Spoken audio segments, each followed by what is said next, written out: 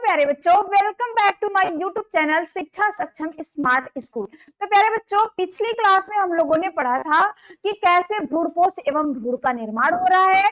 तो आज हम लोग उसके आगे वाला लेक्चर देखने वाले हैं। आज उसके आगे वाला पॉइंट या फिर टॉपिक आप कह सकते हैं या फिर हेडिंग हम लोग देखने वाले हैं कि भ्रूणपोष के अंदर क्या क्या बदलाव होता है और भ्रूण के अंदर क्या क्या बदलाव होता है, भ्रूणपोष के प्रकार कितने होते हैं, भ्रूण कितने प्रकार का होता है, ये सारी चीजें आज हम लोग इस लेक्चर में पढ़ने वाले हैं। तो प्यारे बच्चों, सभी बच्चे जल्दी जल्दी तैयार हो जाए, फटाफट तैयार हो जाए भाई ये वाला लेक्चर पढ़ने के लिए, क्योंकि ये वाला लेक्चर भी सारे लेक्चर की तरह बहुत ही ज्यादा इंपॉर्टेंट रहने वाला है आपके सिलेबस के अकॉर्डिंग, यानी आपके बोर्ड के अकॉर्डिंग। ठीक है, तो पिछली क्लास में जो चीजें हमने पढ़ा था बेटा कि कैसे भ्रूणपोष बन रहा है, कैसे भ्रूण बन रहा है, इन चीजों को हम थोड़ा सा जल्दी जल्दी रिवाइज कर देते हैं ताकि आप बच्चे जो वीडियोस देखते हैं वो थोड़ा सा अगर भूल भी गए हों तो याद कर ले कि क्या क्या चीजें हमने पिछली क्लास में पढ़ा था और क्या चीजें हमें आज पढ़ना है, ताकि उसे वो कोरिलेट कर पाए, जोड़ पाए उस चीजों को। ठीक है, तो हम लोग पिछली क्लास में हम लोग पढ़े थे बेटा, ये आप लोग देख रहे हैं। आज हम लोग कौन सा लेक्चर पढ़ने जा रहे हैं? भ्रूणपोष वाला लेक्चर पढ़ने जा रहे हैं। ठीक है, अब हम लोग पिछली क्लास में क्या क्या पढ़े थे इस चीज को हम लोग रिवाइज करने जा रहे हैं कि भ्रूणपोष बना कैसे था और भ्रूण कैसे बना था।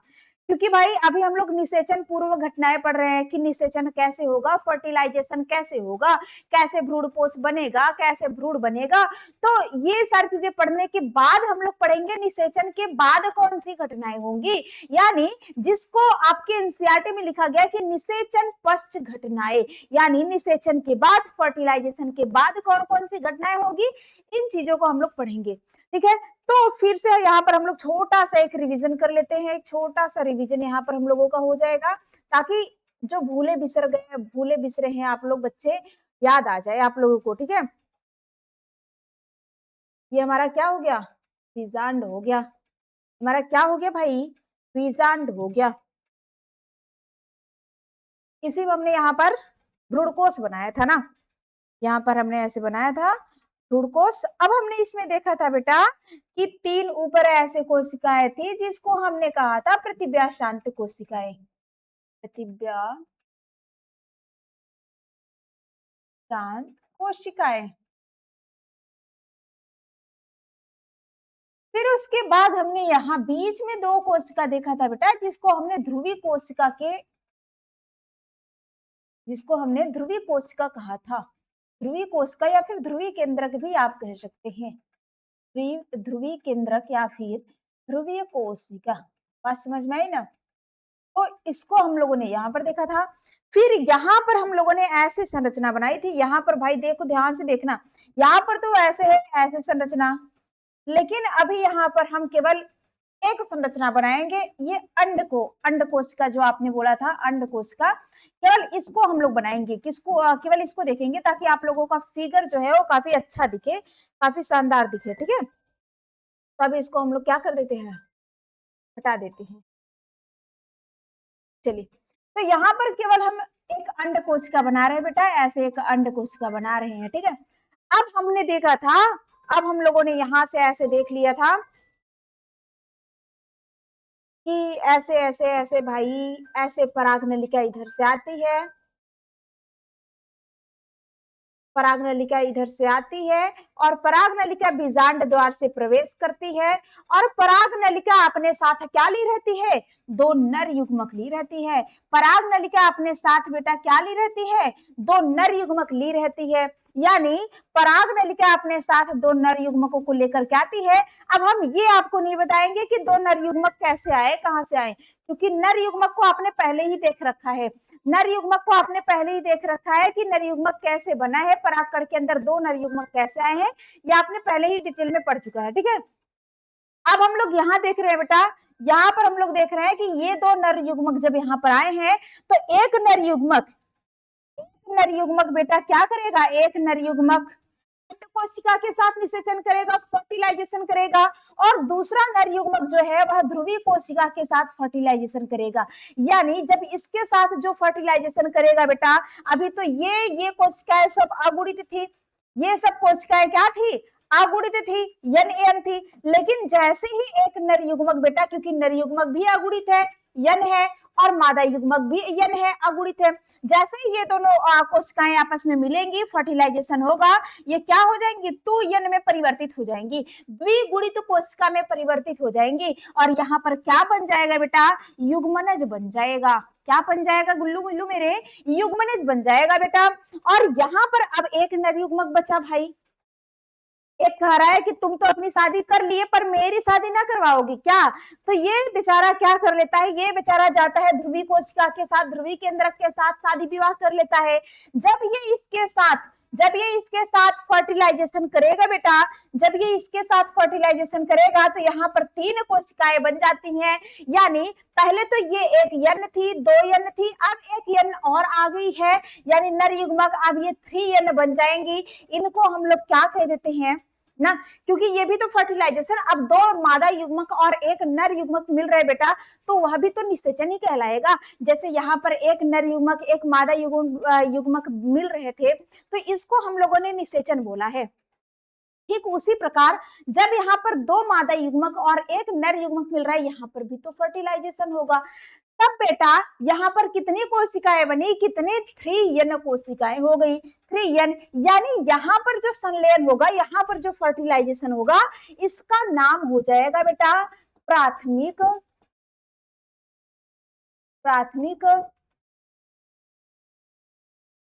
भ्रूणपोष, प्राथमिक भ्रूणपोष केंद्रक।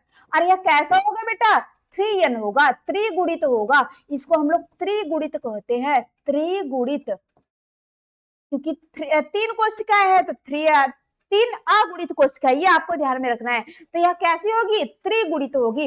अब ये जो त्रिगुणित कोशिका होती है बेटा, इसको ध्यान में रखना है आप लोगों को। हम ये चीज बता रहे हैं कि भ्रूण और भ्रूणपोष कैसे बनेगा, भ्रूण और भ्रूणपोष का निर्माण कैसे होगा। हम ये अपने मन से नहीं बकबका रहे हैं यहाँ पर खड़े होकर के कि बस ऐसे फालतू का बकबका रहे हैं भाई, ये तो हम पिछली क्लास में भी बता दिए थे आप लोगों को, बट यहाँ पर थोड़ा सा रिवाइज इसलिए करवा रहे हैं क्योंकि आप लोगों को ये चीज याद में दिलवाना है कि भ्रूण एवं भ्रूणपोष का निर्माण कैसे हो रहा है बच्चा, भ्रूण एवं भ्रूणपोष बनेगा कैसे। अब देखो ये जो प्राथमिक भ्रूणपोष केंद्रक है बेटा, जिसको हमने त्रिगुणित कहा है, 3n है, त्रिगुणित है, अब ये क्या करेगा, इसमें विभाजन होगा, यह क्या करेगा, बनाएगा भ्रूणपोष, क्या बनाएगा, यह बनाएगा भ्रूणपोष, और भ्रूणपोष भी कैसा होगा, 3n होगा, भ्रूणपोष भी कैसा होगा, 3n होगा। अगर आपके एग्जाम में आ गया बेटा कि भ्रूणपोष कैसा होता है, तो आप कहेंगे त्रिगुणित होता है। भ्रूणपोष कैसा होता है बेटा, भ्रूणपोष त्रिगुणित होता है, यह आपको भूलना नहीं है। एग्जाम में अगर आ गया तो ये नहीं कि हम भूल जाए कि भ्रूणपोष कैसा होता है, त्रिगुणित होता है कि द्विगुणित होता है कि अगुणित होता है, ऐसे नहीं करना है। बात समझ में आई ना। देखो अब इनसे क्या बना बेटा, भ्रूणपोष बना, और भ्रूणपोष भी कैसा होगा, त्रिगुणित होगा। अब देखो भाई ये भ्रूणपोष भी कैसा होगा, त्रिगुणित होगा। अब इस भ्रूणपोष में क्या होगा बेटा, विभाजन होगा, कई सारे विभाजन होंगे इसमें। जब कई सारे विभाजन होंगे बेटा, तो यहाँ पर बहुत सारी कोशिकाएं ऐसे ऐसे बन जाएंगी, बहुत सारी ऐसे ऐसे कोशिकाएं बन जाएंगी। इसीलिए हम लोग क्या कहते हैं, भ्रूणपोष बहुकोशिकीय होता है। भ्रूणपोष कैसा होता है बेटा, भ्रूणपोष बहुकोशिकीय होता है। बात समझ में आई ना। आई होप कि आप सबका ये डाउट क्लियर होगा ना। अब हम लोग देख लेते हैं बेटा कि भ्रूण कैसे बनता है ना। अब हम लोग ये देखेंगे कि भ्रूण कैसे बनता है। अब ये जो युग्मनज है बेटा आपका, ये युग्मनज क्या करेगा, ये युग्मनज क्या करेगा, इसको हमें देखना है। युग्मनज क्या करेगा बेटा, युग्मनज में ना बहुत सारे विभाजन होंगे ना। युग्मनज क्या करेगा, बहुत सारा समसूत्री विभाजन करेगा। विभाजन करके यह क्या बनाता है, भ्रूण बनाता है। विभाजन करके ये क्या बनाता है बच्चा, भ्रूण बनाता है। यानी आप यह भी कह सकते हो कि युग्मनज विकसित होकर के, युग्मनज का विकसित रूप ही क्या कहलाता है, भ्रूण कहलाता है। लल्ला मेरे, युग्मनज का विकसित रूप ही क्या कहलाता है, भ्रूण कहलाता है। और युग्मनज विकसित कब होगा, जब उसके अंदर कई सारे विभाजन होंगे। जब उसके अंदर कई सारे विभाजन होंगे बेटा, तब वह क्या करेगा, भ्रूण में परिवर्तित हो जाएगा। यानी सिंपल सा आप लोग यहाँ पर देख सकते हो, सिंपल सा आप यहाँ पर देख सकते हो कि ध्रुवीय कोशिका और एक नर युग्मक मिलकर, एक नर युग्मक मिलकर क्या करते हैं, भ्रूणपोष का निर्माण करते हैं। भ्रूणपोष का निर्माण करते हैं। फिर दूसरे पॉइंट में आपको ये देखना है बेटा ना, अंड कोशिका और दूसरी नर युग्मक मिलकर, नर युग्मक मिलकर मिलकर युग्मनज बनाते हैं।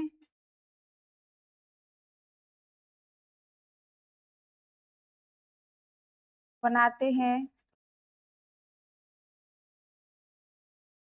और यह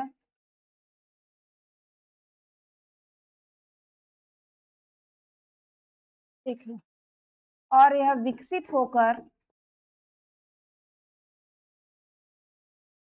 और यह विकसित होकर भ्रूण में बदल जाती हैं।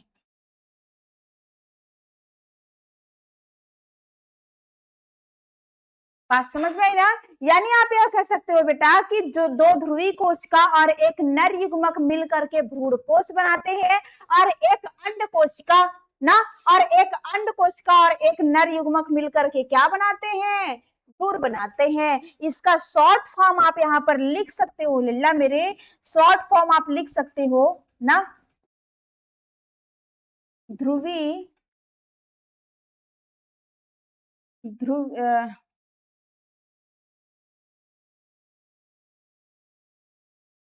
ध्रुवीय कोशिका प्लस एक नर युग्मक मिलकर के भ्रूणपोष बनाते हैं, भ्रूणपोष बनाते हैं। और यहां पर आप कर सकते हो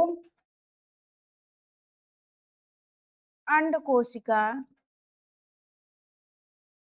अंड कोशिका प्लस एक नर युग्मक मिल करके क्या बनाते हैं बेटा, भ्रूण बनाते हैं। क्या बनाते हैं, भ्रूण बनाते हैं। अभी तो आपने डिटेल में देखा कि कैसे भ्रूण बन रहा है, कैसे भ्रूणपोष बन रहा है। बट अगर आपको शॉर्ट फॉर्म में ऐसे याद करना तो आप याद कर सकते हैं, ध्रुवी कोशिका और एक नर युग्मक मिलकर के बेटा भ्रूणपोष बना देते हैं, और अंड कोशिका और एक नर युग्मक मिलकर के क्या बना देते हैं, भ्रूण बना देते हैं ना। सिंपल सी बात है, सिंपल सी भाषा में आप समझ सकते हो। ठीक है, अब इसके बाद हम लोग पढ़ने वाले हैं बेटा निषेचन पश्च घटनाएं, क्योंकि यहाँ पर निषेचन ही तो हुआ है, यहाँ पर फर्टिलाइजेशन ही तो हुआ है, जो भ्रूणकोष और भ्रूण बन रहे हैं। अब निषेचन के बाद की घटना हम पढ़ेंगे कि निषेचन हो रहा है जब नर युग्मक और मादा युग्मक आपस में मिल गए, फर्टिलाइजेशन हो गया, निषेचन हो गया, तो अब उसके बाद कौन कौन सी घटनाएं होंगी, उसके बाद कौन कौन सी क्रिया होगी, इस चीज को हमें यहाँ पर देखना है। बात समझ में आई ना। तो अब हम लोग आगे यहाँ पर पढ़ने वाले हैं बेटा, आगे हम लोग यहाँ पर देखने वाले हैं नेक्स्ट हेडिंग, निषेचन पश्च घटनाएं।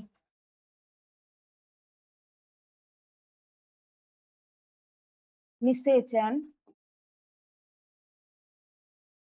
पश्च घटनाएं, यानी निषेचन के बाद होने वाली घटना कौन कौन सी है, निषेचन के बाद कौन कौन सी घटना होती है। तो निषेचन पश्च घटना में आप इसका डिफिनेशन एक लिख सकते हो बेटा कि बीजांड का बीज में परिवर्तित होना तथा अंडाशय का फल में बदलना निषेचन पश्च घटना के अंतर्गत आता है। बात समझ में ना, बीजांड का बीज में बदलना,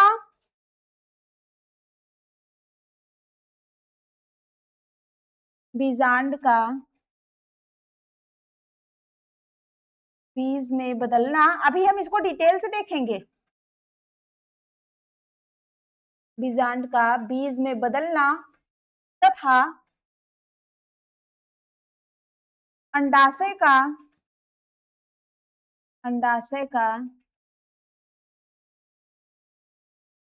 फल में बदलना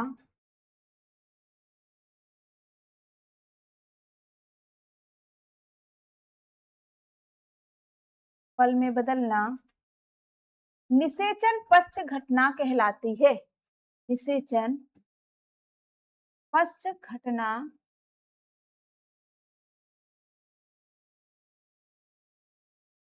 कहलाती है।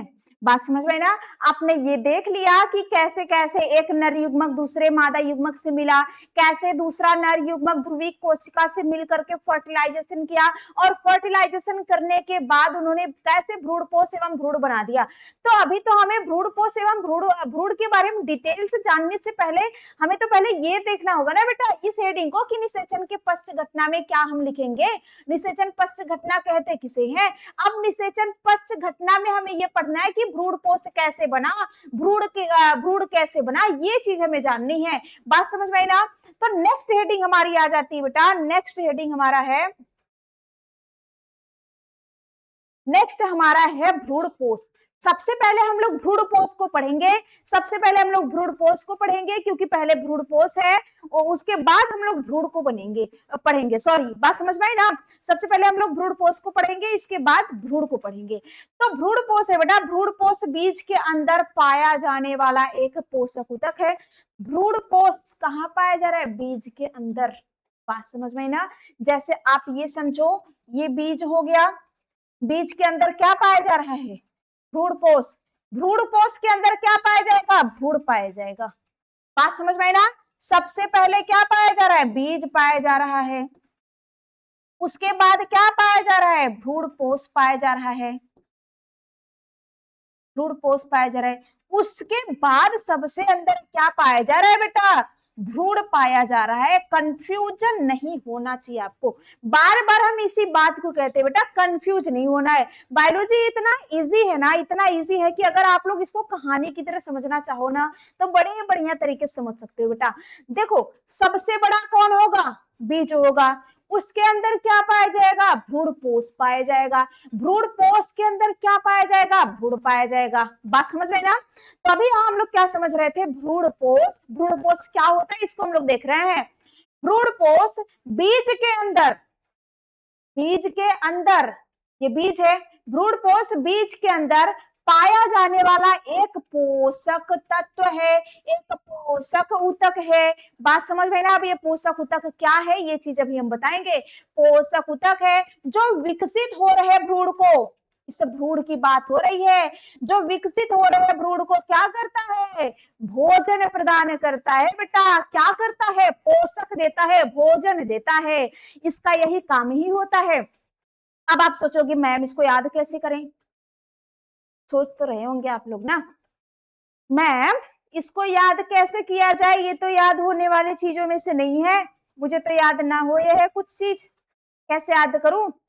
देखो भाई, हम जितनी भी बार आप लोगों को पढ़ाते हैं बेटा, उतनी बार हम आप लोगों को यही कहते हैं कि नाम से यानी शब्द से अर्थ निकालने का प्रयास ज्यादा किया करो आप लोग। एग्जाम में अगर कुछ चीजें ऐसी भी है जो आपको भूल जाने में आती है थोड़ी सी, भाई इतना सिलेबस रहता है आप लोगों का, सारी चीजों को पढ़ने में कुछ चीजें ऐसी होती है जो हमारे माइंड से उतर जाती हैं, भूल जाते हैं, तो फिर उनको याद कैसे करें, हम उनको उनके शब्द से याद कर सकते हैं। शब्द क्या है, भ्रूणपोष। शब्द क्या है बेटा, भ्रूणपोष। पोष का मतलब पोषण, पोष का मतलब क्या हो जाएगा, पोषण, और भ्रूण का मतलब भ्रूण, यानी भ्रूण को पोषण देने वाले को हम क्या कहते हैं, भ्रूण पोष कहते हैं। भ्रूण को पोषण देने वाले इंसान को हम लोग क्या कह देंगे, भ्रूण पोष कह देंगे। समझ में आया, आया कि नहीं, इजी है ना, बहुत ज्यादा इजी है। अब देखो शब्द से कैसे आसानी से आप लोग अर्थ निकाल लिए। भ्रूण का मतलब भाई भ्रूण, और पोष का मतलब पोषण। भ्रूण को पोषण देने वाले को हम लोग भ्रूण पोष कह देते हैं। ठीक है, आगे चले। अब देखो भाई, ये आपने देख लिया कि भाई भ्रूण पोष क्या होता है। भ्रूण पोष बीज के अंदर पाया जाने वाला एक ऊतक होता है। अब ये ना कहना आप लोग कि मैम ये कैसे ऊतक बन गया, ये कह दोगे तो भाई अनर्थ हो जाएगा, अनर्थ हो जाएगा ना। जैसे मैम ने यहाँ पर समझाया कि ये भ्रूणपोष कैसे बन रहा है, प्राथमिक भ्रूणपोष केंद्रक बना, उसके बाद यह भ्रूणपोष कहलाता है। भ्रूणपोष में क्या होता है बेटा, विभाजन होता है। भ्रूणपोष में क्या होता है, विभाजन होता है। मैम ने यही चीजें समझाई कि भ्रूणपोष कैसा होता है, बहुकोशिकीय होता है। यह कैसा होता है बेटा, बहुकोशिकीय होता है। यह बहुकोशिकीय होता है।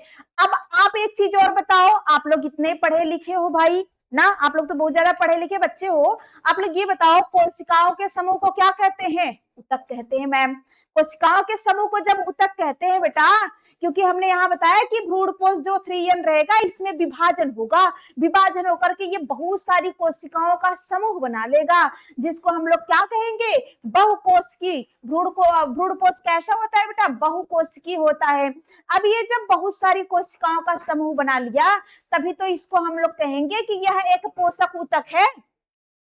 नाम क्या है, भ्रूणपोष। यानी यह एक ऐसा भ्रूणपोष है, यह एक ऐसा पोषक है जो बहुत सारे कोशिकाओं का समूह है, इसीलिए इसको पोषक ऊतक के नाम से भी जाना जाता है।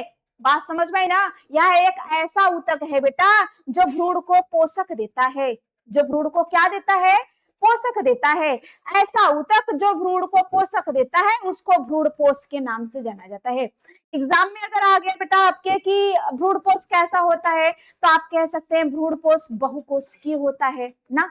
और भ्रूणपोष का कार्य क्या होता है, तो आप कह सकते हैं भ्रूणपोष भ्रूण को पोषण देने का कार्य करता है। बस इजी है, ठीक है। अब हम लोग आगे क्या देख रहे थे, आगे हम लोग देख रहे थे भ्रूणपोष को। हमने यहाँ पर यही चीजें बताने का प्रयास किया बेटा कि भ्रूणपोष क्या होता है, बीज के अंदर पाया जाने वाला एक पोषक ऊतक होता है। अब इसको पोषक ऊतक क्यों करें, आपको पता हो गया ना, क्योंकि जब यह भ्रूणपोष बनता है बेटा तो इसमें बहुत सारे विभाजन होते हैं।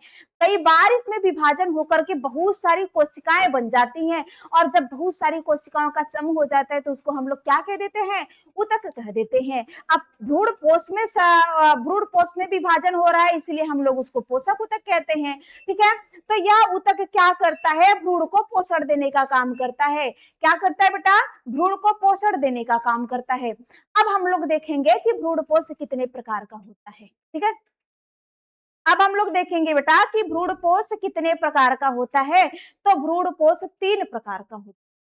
भ्रूणपोष कितने प्रकार का होता है, भ्रूणपोष 3 प्रकार का होता है। अब हम लोग देख लेंगे कि अच्छा आखिर कौन कौन सा 3 प्रकार होता है भाई। अभी तो हम जान रहे थे कि भ्रूणपोष कई प्रकार का होता है।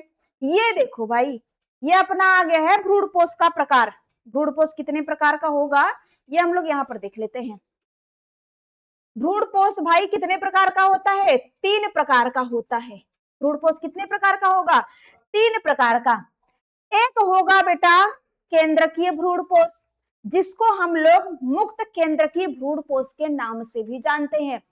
पहला होगा बेटा केंद्रकीय भ्रूणपोष, दूसरा हमारा है कोशिकीय भ्रूणपोष, और तीसरा हमारा है हेलोबियल भ्रूणपोष। अब आप सोच रहे होंगे मैम कि नया नया नाम कहाँ से लेकर के आ रही हैं आप, तो भाई नया नया नाम आपके एनसीईआरटी के बुक में दिया गया है। ध्यान से एक एक लाइन अगर आप लोग पढ़ेंगे ना तो नया नया नाम ऐसे ही आसानी से मिल जाएगा। ठीक है, चलो इधर देख लेते हैं बच्चों कि ये भ्रूणपोष कितने प्रकार का होता है। तो आपने देखा मैम भ्रूणपोष तो 3 प्रकार का हो गया। एक है मुक्त केंद्रकी, जिसको हम लोग क्या कहते हैं, केंद्रकी भी कह सकते हैं, केंद्रकीय भ्रूणपोष, केंद्रकीय भ्रूणपोष, इसको मुक्त केंद्र की कहो चाहे केंद्र की भ्रूणपोष कहो, बात सेम है। एग्जाम में अगर आ गया कि मुक्त केंद्र की भ्रूणपोष किसे कहते हैं तो भी सही है, एग्जाम में अगर ये आ गया कि केंद्र की भ्रूणपोष किसे कहते हैं तो भी सही है। कंफ्यूजन नहीं होना चाहिए आप लोगों को कि मैम तो पढ़ाई थी केंद्र की भ्रूणपोष, तो कहां से ये मुक्त केंद्र की आ गया, लगता है कहीं अलग से पूछ लिया है, ये मैम तो मुझे पढ़ाई ही नहीं है, ऐसा नहीं डाउट होना चाहिए, ठीक है। अब देखो भाई मुक्त केंद्र की और कोशिकीय और हेलोबियल भ्रूणपोष क्या होता है, इसके बारे में हम लोग डिटेल से यहाँ पर देखेंगे ना। पहला हमारा हेडिंग है मुक्त केंद्र की भ्रूणपोष, यानी आप इसको कह सकते हो बेटा, आप इसको यहां पर कह सकते हो कि केंद्र की भ्रूणपोष,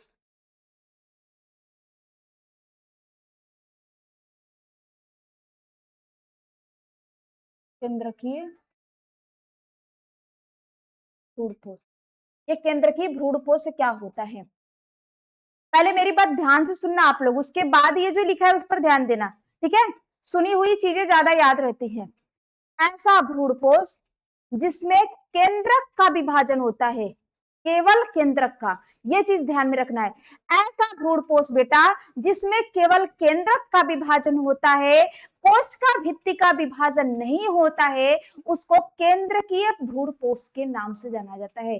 अब आप सोचो कि मैम आप तो हर शब्द का मतलब निकाल लेती हैं, हर शब्द का तो अर्थ बता देती हैं कि अर्थ से आप लोग समझ जाओगे, भाई इसका भी टेंशन ना लो, इसका भी अर्थ है केंद्रकीय भ्रूणपोष। केंद्रकीय भ्रूणपोष, केंद्रकीय भ्रूणपोष का मतलब बेटा ऐसा भ्रूणपोष जिसमें केवल केंद्रक का विभाजन हो और किसी भी चीज का विभाजन ना हो, यानी उसमें कोशिका भित्ति का विभाजन ना हो, केवल केंद्रक का विभाजन होगा। जैसे यहाँ पर आप लोग देखो, इसमें भ्रूणपोष के विभाजन के समय, इसमें भ्रूणपोष के विभाजन के समय केवल केंद्रक विभाजन होता है।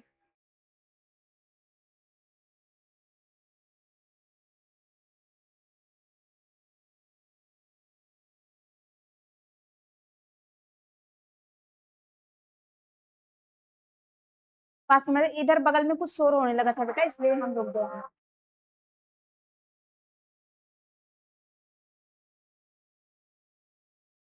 दरवाजा बंद कर दीजिए, दरवाजा बंद कर, अभी आने दीजिए। चलिए यहाँ पर हम लोग देख लेते हैं बेटा ना, इसमें भ्रूणपोष के विभाजन के समय, जब भ्रूणपोष का विभाजन होता है बेटा, क्योंकि आपने देखा कि भ्रूणपोष जो 3n होता है यानी त्रिगुणित होता है, उसमें भी विभाजन होता है, और आपने यह देखा विभाजन होकर के ही तो वह बहुकोशिकीय में बदल रहा है, विभाजन होकर के ही तो वह बहुत सारी कोशिकाओं में बदल रहा है।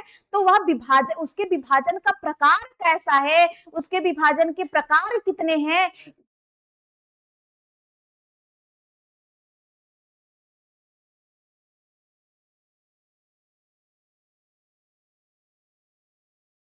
ये कर रहे थे बेटा, हम लोग ये देख रहे थे कि मुक्त केंद्र की जो होता है, जो जो केंद्रकीय भ्रूणपोष होता है, उसमें क्या होता है कि केवल और केवल केंद्रक का विभाजन ही होता है, उसमें कोशिका विभाजन नहीं होता, कोशिका भित्ति विभाजन नहीं होता। जैसे यहाँ पर आप लोग सपोज दैट देखो, मान लो ये है, यहाँ पर अगर केंद्रक का विभाजन होगा तो 2 केंद्रक बनेंगे, फिर 4 बनेगा, फिर 8 बनेगा, ऐसे ऐसे बनेगा, मतलब इसमें कोशिका भित्ति बनेगी नहीं। ऐसा भ्रूणपोष जिसमें कोशिका भित्ति ना बने, केवल और केवल केंद्रक बने, केंद्रक का विभाजन हो, उसको केंद्रकीय भ्रूणपोष के नाम से जाना जाता है। नाम से अर्थ निकालना सीखो आप लोग, ज्यादा इजी आप लोग को लगेगा बायोलॉजी, बात समझ में आई ना। हाँ, तो ये चीजें हम लोगों ने देख लिया, और इसका एग्जाम्पल हो जाएगा बेटा नारियल पानी। हाँ, जो नारियल पानी आप लोग पीते हो, कच्चा नारियल, जो कच्चा वाला नारियल पानी आप लोग पीते हो ना, वही इसका एग्जाम्पल है बेटा। अगर आपके एग्जाम में आ गई, ये एग्जाम में बहुत ही ज्यादा पूछा जाने वाला प्रश्न है, ये बहुत ही इंपॉर्टेंट है आपके एग्जाम की दृष्टि से, ये एग्जाम में बहुत ज्यादा पूछा जाता है कि नारियल पानी क्या है। नारियल पानी भ्रूणपोष ही है, बात समझ में आई। नारियल पानी जो होता है वह भ्रूणपोष ही होता है बेटा, वह केंद्रकीय भ्रूणपोष ही होता है, बात समझ में आई ना। तो इसका एग्जांपल आप लोग समझते रहिए, जो नारियल पानी आप लोग पीते हैं वह आपका केंद्रकीय भ्रूणपोष ही होता है। कंफ्यूज नहीं होना है आप लोगों को इस चीज को लेकर के, ठीक है। अब हम लोग नेक्स्ट वाला देख लेते हैं बेटा, कोशिकीय भ्रूणपोष। जैसे आपने पहले हेडिंग से समझा कि अच्छा भाई ऐसा भ्रूणपोष जिसमें केवल केंद्रक का विभाजन हुए है उसको केंद्र की भ्रूणपोष कहते हैं। सेम दैट बेटा, सेम दैट यहाँ पर भी वही चीजें हैं। ऐसा भ्रूणपोष जिसमें केवल कोश का भित्ति का विभाजन हो उसको हम लोग क्या कहेंगे, कोशिकीय भ्रूणपोष कहेंगे। बात समझ में आई ना। देखो इसमें भ्रूणपोष केंद्रक विभाग, सॉरी सॉरी सॉरी, केवल नहीं बात करना है, मिस्टेक हो गया थोड़ा सा, केवल नहीं, ऐसा भ्रूणपोष जिसमें केंद्रक विभाजन के साथ साथ कोश का भित्ति भी बनती है। बात समझ में ना। ऐसा विभाजन जिसमें केंद्रक विभाजन के साथ साथ कोश का भित्ति भी बनती है उसको कोशिकीय भ्रूणपोष के नाम से जाना जाता है। जैसे यहाँ पर देखो बेटा, इसमें भ्रूणपोष केंद्रक विभाजन के साथ साथ कोश का भित्ति का निर्माण भी होता है। पहले वाले में आपने देखा था बेटा, पहले वाले में आपने देखा था कि इसमें भ्रूणपोष विभाजन के समय केवल केंद्रक का विभाजन होता है, केवल और केवल केंद्रक का विभाजन ही होता है।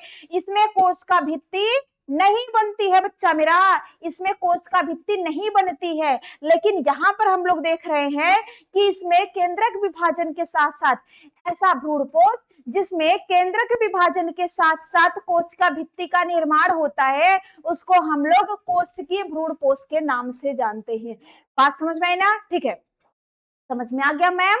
अब आगे चलो, आगे चलो, तो आगे तो चलो, हमको समझ में तो आ गया है। ठीक है भाई, आगे चल लेते हैं।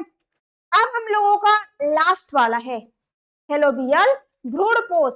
हेलोबियल बेटा भ्रूणपोष, ऐसा भ्रूणपोष जिसमें कोशिका का भी, कोशिका भित्ति का भी विभाजन हो और केंद्रक का भी विभाजन हो। लेकिन यह लगातार नहीं होता बेटा, कभी कभी क्या करता है, यह केवल केंद्रक का विभाजन करेगा और कभी कभी यह केवल कोश का भित्ति का विभाजन करेगा। इसको हम लोग क्या कहेंगे, हेलोबियल भ्रूणपोष कहेंगे। बात समझ में आया।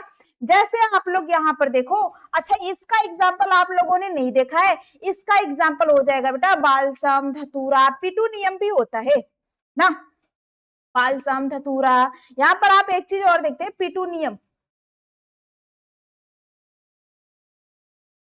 पिटूनियम ये भी होता है।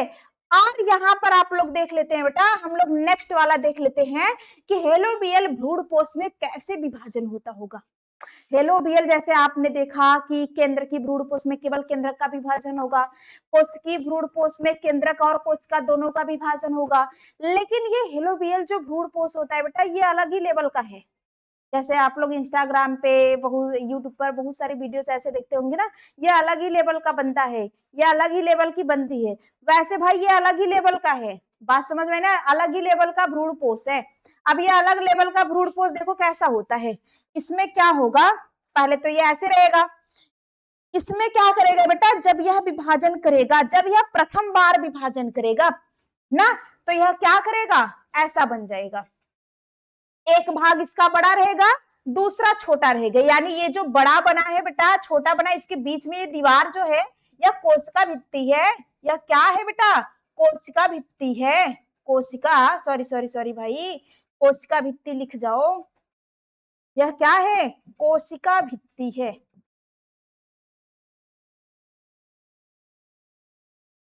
कोशिका भित्ति है। अब देखो बेटा, जब इस भ्रूणपोष में पहली बार विभाजन होता है तो यह ऐसे दो पार्ट में डिवाइड हो जाता है।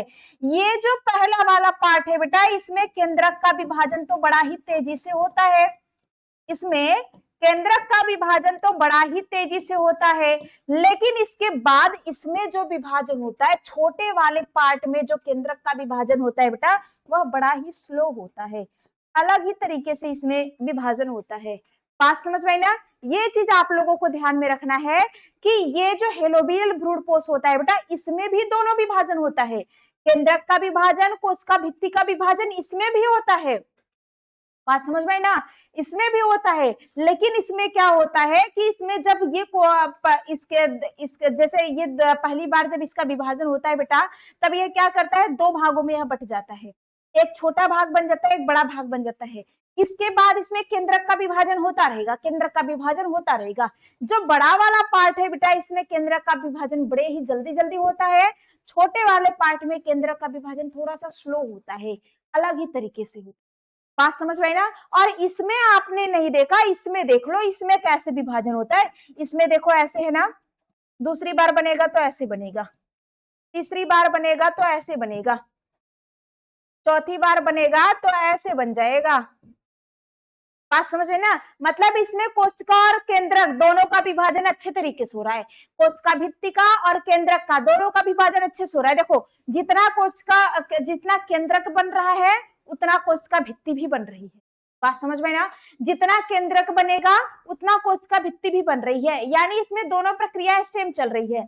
बट आपने तीसरे वाले में देखा कि तीसरे वाले में एक बार केवल कोशिका भित्ति बन गई, उसके बाद केंद्रक ही केंद्रक बन रहा है। बात समझ में आई ना। तो आई होप कि ये सारी चीजें आप लोग समझ गए होंगे ना। यहाँ पर हम लोग देख रहे थे बेटा कि पुष्पी पौधों में पाया जाने वाला यह एक विशेष प्रकार का पोषक ऊतक है। ये तो सभी को पता है, यह एक विशेष प्रकार का पोषक ऊतक है, क्योंकि आपने भ्रूण पोष को देखा ही कि यह पोषक ऊतक है ना। पोषक ऊतक है, किसको पोषक देता है बेटा? भ्रूण को पोषक देता है। किसको पोषण देता है? यह भ्रूण को पोषण देता है। बात समझ में ना। या किसको पोषण देता है? भ्रूण को पोषण देने का काम करता है।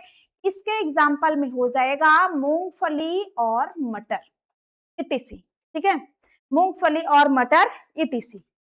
चलो भाई, ये चीज हम लोगों ने पढ़ लिया है। मैम चलो आपने भ्रूण पोष को तो पढ़ा दिया, बट अब अगली बारी आएगी किसकी? भ्रूण की। अगली बारी किसकी आ रही है बेटा? भ्रूण की। हमने क्या पढ़ा? हमने निषेचन पश्च घटना में भ्रूण पोष को पढ़ लिया है। अब हम लोग अगली हेडिंग किसको पढ़ेंगे बेटा?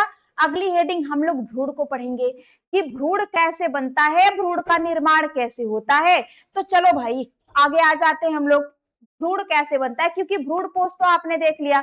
अब आपने पिछली वाली क्लास में, पिछली वाली क्लास में नहीं, आप ये कह सकते हो बेटा कि आप ये पिछले वाले पेज में आपने यहां पर देखा होगा कि कैसे कैसे भ्रूण बन रहा था, कैसे कैसे भ्रूण बन रहा था, इसको आपने देखा। आपने यहाँ पर जब भ्रूण पोष देखा था बेटा कि भ्रूण पोष यहाँ पर बना, तो भ्रूण पोष में विभाजन हुआ तो बहुत सारी कोशिकाएं यहाँ पर बनी, जिसको हम लोग पोषक ऊतक के नाम से जानते हैं। जिसको हम लोग क्या कहते हैं? पोषक ऊतक। जिसको हम लोग पोषक ऊतक के नाम से जानते हैं,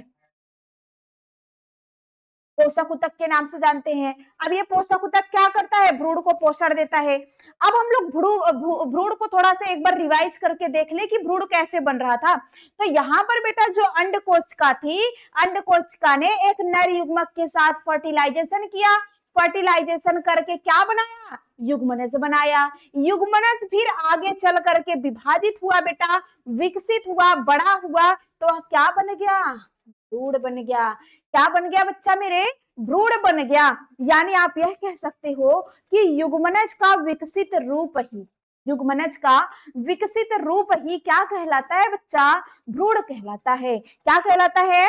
भ्रूण कहलाता है। ठीक है, अब हम लोग यहाँ पर देखेंगे कि भ्रूण क्या होता है। इसको जिसको बनाना है वो बना लेंगे फटाक से।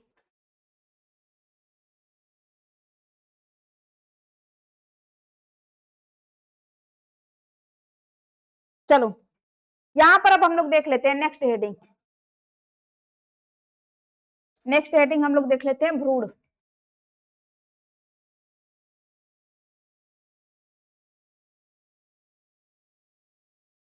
इसको भ्रूणोद्भव भी कहते हैं। भ्रूणोद इसको भ्रूणोद्भव के नाम से भी जानते हैं। अब भ्रूणोद्भव कहते किसको हैं, ये चीज हमको जानना है। भ्रूणोद्भव किसको कहते हैं? क्या चल रहा है भाई? ये ऐसे क्यों रिकॉर्डिंग कर रहे हैं? यूट्यूब पर तो जाएगा वीडियो ना। अच्छा अच्छा, कर लीजिए। चलो भाई, हम लोग इसका डिफिनीशन लिख लेते हैं बच्चा कि ये भ्रूणोद्भव किसको कहते हैं। भ्रूणोद्भव किसको कह देंगे, इसको हम लोग देखेंगे ना। युग्मनज में, युग्मनज में लगातार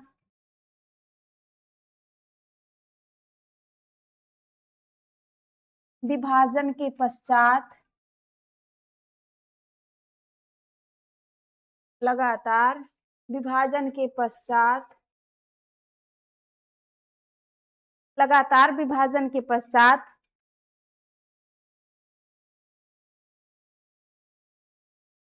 बहुकोशिकीय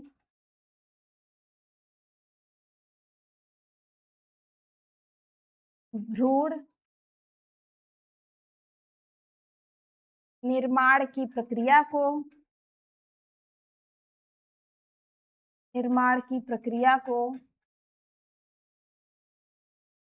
भ्रूणोद्भव कहते हैं।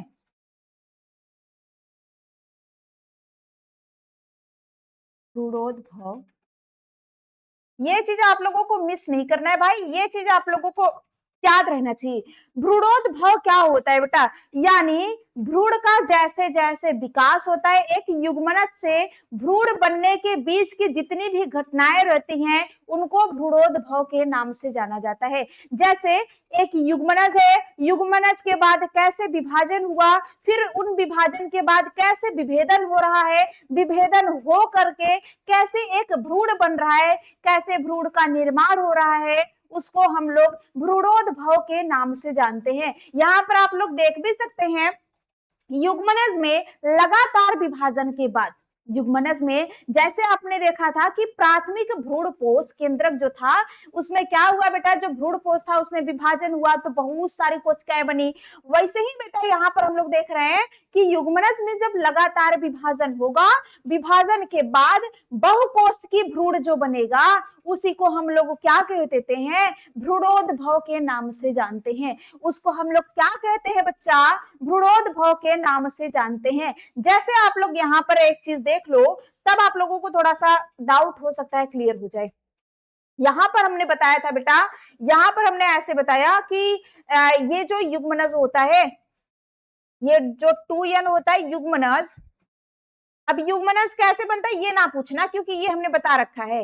युग्मनज जो है बेटा, युग्मनज क्या कर रहा है कि विभाजन हो रहा है, युग्मनज में क्या हो रहा है, विभाजन हो रहा है। विभाजन हो करके क्या बन रहा है, भ्रूण बन रहा है, भ्रूण बन रहा है। इसी प्रक्रिया को हम लोग क्या कह देते हैं, भ्रूणोद्भव कहते हैं।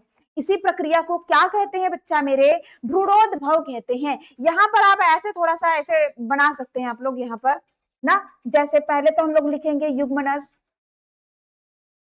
जैसे अगर शॉर्ट फॉर्म में जिस बच्चे को बनाना हो कि मैम हम तो डिफिनीशन याद करने से अच्छा है कि हम लोग शॉर्ट फॉर्म में ऐसे याद कर लेंगे, याद हो जाएगा, बना करके लिख देंगे, तो ऐसे कर सकते हैं आप लोग। युग्मनज क्या करेगा बेटा, विभाजन करेगा तो इनकी संख्या क्या होगी, यहाँ पर विभाजन होगा, विभाजन के बाद इनकी संख्या क्या हो जाएगी, संख्या बढ़ हो जाएगी, क्या हो जाएगी, संख्या बढ़ जाएगी। संख्या जब बढ़ जाएगी, अभी तो ये बेटा क्या थे, युग्मनज क्या थे, 2n थे, जब इनके बीच इसे युग्मनज में जब विभाजन होगा बेटा तो इनकी संख्या क्या होगी, 2 से 4, 4 से 8, 8 से 16, ऐसे ऐसे इनकी संख्या क्या हो जाएगी, ढेर सारी हो जाएगी। जब इनकी संख्या ढेर सारी हो जाएगी बेटा तब इसमें क्या होगा, विभेदन होगा। अब आपके मन में एक डाउट होगा, मैडम जी विभेदन तो आज तक हमने ना सुने हैं, तो विभेदन का मतलब क्या हो जाएगा, विभेदन का मतलब होता है बेटा अलग अलग करना, बांटना, जिसको हम लोग क्या कहते हैं, डिफरेंस, यानी हम लोग अलग अलग करते हैं, उसको बांटते हैं, उसी को विभेदन कहते हैं। जैसे हमारा ह्यूमन बॉडी हो गया ना, हमारे शरीर में बहुत सारी प्रकार की कोशिकाएं हैं, बहुत प्रकार की कोशिकाएं। सेम दैट प्लांट में भी ऐसा होता है बेटा, सेम दैट प्लांट में भी, पादप में भी ऐसा ही होता है कि पादप में बहुत प्रकार की कोशिकाएं पाई जाती हैं। तो जाइलम कोशिकाएं अलग हो गई, फ्लोएम की कोशिकाएं अलग हो गई ना, बहुत सारी पत्तियों की कोशिकाएं अलग हो गई, जड़ों की कोशिकाएं अलग हो गई, तो बहुत सारी प्रकार की कोशिकाएं पाई जाती हैं। सेम दैट बेटा अब इन कोशिकाओं के बीच क्या होगा, विभेदन होगा। विभेदन, विभेदन का मतलब मैं बार बार बता रही हूँ, इस कोशिकाओं में अलग अलग किए जाएंगे कि किसका क्या काम है, किसका क्या काम है। इन कोशिकाओं के विभेदन के बाद, यानी जब कोशिकाएं अलग अलग रूपों में बट जाएंगी तो इनके बटने के बाद क्या बनेगा बेटा, भ्रूण बनेगा। क्या बनेगा बच्चा मेरा? भ्रूण बनेगा। यानी ये सारी घटनाएं आपको याद रहनी चाहिए, सारी प्रक्रियाएं आपको याद रहनी चाहिए कि किसके बाद क्या बन रहा है, किसके बाद क्या बन रहा है। इतना डिटेल से जब आप लोग पढ़ोगे बेटा तभी जाकर के कुछ हो पाएगा। इतना कंपटीशन का जमाना चल रहा है, जब हम लोग ऐसे ही थोड़ा थोड़ा पढ़ लेंगे तो फिर कैसे काम चलेगा, है ना। तो यहाँ पर आपने देखा ना युग्मनज कैसे बना था, नर और मादा युग्मक के मिलने से युग्मनज बना था। युग्मनज टूयन था, यानी एक अगुणित कोशिका से मिलेगी तो टूयन ही बनेगा ना। फिर उसके बाद इनमें विभाजन हुआ। विभाजन का मतलब ये अपने रूपों में परिवर्तित की, जैसे अगर हम अपने शरीर का विभाजन कर देंगे बेटा तो हमारी जैसे एक मैम और आके खड़ी हो जाएंगी। बात समझ में आई ना। तो ऐसे ही ये लोग जब विभाजन किए तो इनकी संख्या कई बार विभाजित हुए, विभाजित हो करके कई बार इनकी संख्या बदली तो ऐसे हो गए बहुत सारी कोशिकाएं बनी। अब इन बहुत सारी कोशिकाओं में बेटा विभेदन हुआ कि भाई तुम अलग हो जाओ, तुम्हारा ये काम है, तुम अलग हो जाओ, तुम्हारा ये काम है, ऐसे ऐसे अलग हो गई। विभेदन के बाद बेटा क्या बनता है? भ्रूण बनता है लल्ला मेरे। विभेदन के बाद क्या बनता है? भ्रूण बनता है। तो बात समझ में आई भ्रूण कैसे बनता है ना? समझ में आया कि नहीं? अगर किसी भी बच्चे को कुछ भी डाउट हो बेटा तो प्लीज आप लोग हमसे शेयर करना, क्योंकि जब तक आप बच्चे लोग हमसे अपना डाउट शेयर नहीं करोगे तब तक हमको हमको पता कैसे चलेगा कि आपको ये डाउट हुआ है, आपको ये चीजें कम समझ में आई है। क्योंकि बच्चा जब तक टीचर से बताता नहीं है कि टीचर मुझे ये चीज नहीं समझ में आए, तब तक एक टीचर को कैसे पता चल पाएगा। मान लो ऑफलाइन में बच्चे का चेहरा देख करके, एक्सप्रेशन देख करके तो समझ में आ जाता है कि भाई इस बच्चे को कम समझ में आया, लेकिन ऑनलाइन क्लासेस में यही एक दिक्कत हो जाता है बेटा कि हम आपका चेहरा या आपका एक्सप्रेशन देख करके पहचान नहीं पाते कि आपको समझ में आया कि नहीं समझ में आया, क्योंकि हम सामने से तो आपका चेहरा देख ही नहीं पाते हैं। इसीलिए आप बेटा पहले आप लोग कमेंट कर दिया करो कि समझ में आया कि नहीं आया। अगर आपको समझ में आया तो भी आप कमेंट किया करो, नहीं समझ में आया, कोई डाउट रह जाए किसी भी टॉपिक पर तो भी आप कमेंट कर दिया करो, हम उस कमेंट का जवाब जरूर देंगे। आगे नेक्स्ट क्लास में हम उस डाउट को क्लियर जरूर करेंगे, ठीक है। अब देखो भ्रूण समझ में आ गया। भ्रूण पोष तो हमने पूरा पढ़ लिया भाई, कैसे कैसे भ्रूण पोष बन रहा था। भ्रूण भी हमने देख लिया कि कैसे कैसे भ्रूण बन रहा है। जैसे आपने भ्रूण पोष में देखा था बेटा कि भ्रूण पोष के कितने प्रकार होते हैं, 3, ऐसे ही हम लोग यहाँ पर देखेंगे कि भ्रूण के कितने प्रकार होते हैं, 2। भ्रूण के कितने प्रकार होते हैं बच्चा? 2। कौन कौन से ये यहाँ पर देख लेते हैं हम लोग। हेडिंग डालेंगे हम लोग भ्रूण के प्रकार। भ्रूण के प्रकार। भ्रूण कितने प्रकार का होता है बच्चा? भ्रूण हमारा 2 प्रकार का होता है। कौन कौन सा ये देखना है। एक बीजपत्री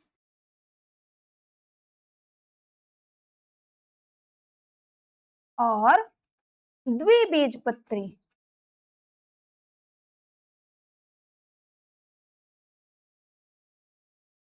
इसको हम लोग इंग्लिश में मोनोकॉट कहते हैं, इसको हम लोग डाइकॉट कहते हैं, यानी एक बीजपत्री और द्विबीजपत्री। अब आप सोच रहे होंगे मैडम जी एक बीजपत्री द्विबीजपत्री बहुत पहले तो हम लोग सुने थे, अपनी छोटी छोटी क्लासेस में पढ़ते थे तो हम लोग एक बीजपत्री द्विबीजपत्री। देखो भाई, बीज का मतलब बीज, एक का मतलब एक, बीज का मतलब बीज और पत्री का मतलब पार्ट। बात समझ में आई ना। अगर किसी बीज में केवल एक ही पार्ट पाया जाता है बेटा, एक ही भाग पाया जाता है तो उसको एक बीज पत्री कहते हैं। अगर किसी बीज में 2 भाग पाए जाते हैं, जैसे मान लो कि कोई बीज ऐसे चिपका हुआ हो, अगर उसको हम लोग उखाड़ेंगे, चिपके हुए भाग को ऐसे तोड़ेंगे तो वह 2 बीज पत्रों में ऐसे बट जाएगा, 2 भागों में बट जाएगा, उसको हम लोग द्विबीज पत्री कहते हैं। लेकिन बेटा जैसे मान लो ये आपका हो गया, अगर कोई बीज हमें ऐसा दिखाई दे रहा है जिसको उखाड़ेंगे या फिर कुछ भी करें वो 2 बराबर भागों में ना बटे, 2 पार्ट में ना बटे, उसको हम लोग एक बीज पत्री कहते हैं। जैसे यहाँ पर आप लोग देखो एग्जाम्पल, एग्जाम्पल में हम लोग देख लेंगे बेटा, जैसे गेहूं,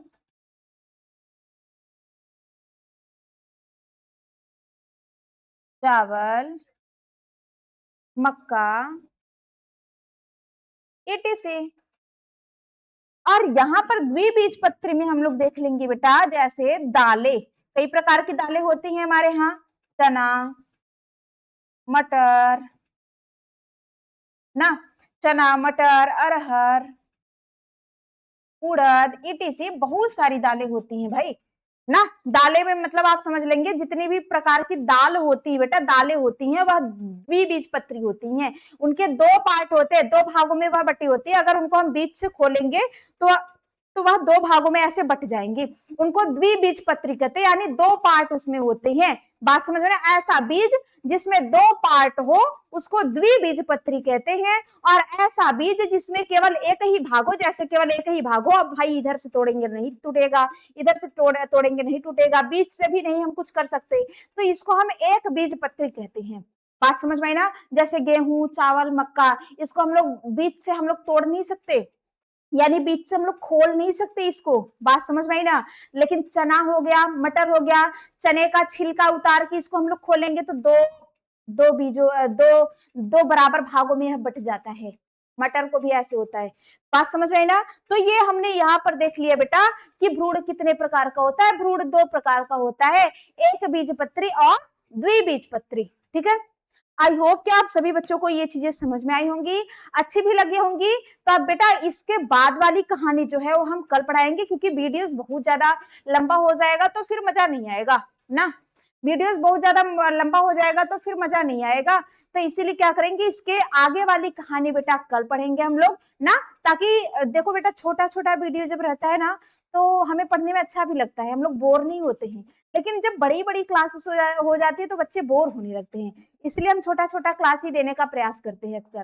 तो ये चीजें आप लोग पढ़ लेना, सभी बच्चे पढ़ लेंगे। इसके बाद जो डाउट रहेगा मन में, आप लोग डाउट शेयर कर देना कमेंट में ना। डाउट कमेंट में आप लोग लिख देंगे, हम उस डाउट को क्लियर करेंगे। और जिन बच्चों को क्लासेस अच्छी भी लगती हो वो भी भाई बता दिया करें, मैम अच्छी लगती है क्लासेस, क्योंकि आप लोगों का कमेंट देख करके हम बड़े ही खुश हो जाते हैं। ठीक है, तो बेटा आप लोग ऐसी पढ़ाई लिखाई करते रहो, हंसते रहो, मुस्कुराते रहो, खेलते कूदते रहो। लेकिन खेलते कूदते रहो सही बात है, लेकिन पढ़ाई लिखाई भी करते रहना है ना। तो मिलते हैं कल आप लोगों से ना नेक्स्ट वीडियोस के साथ।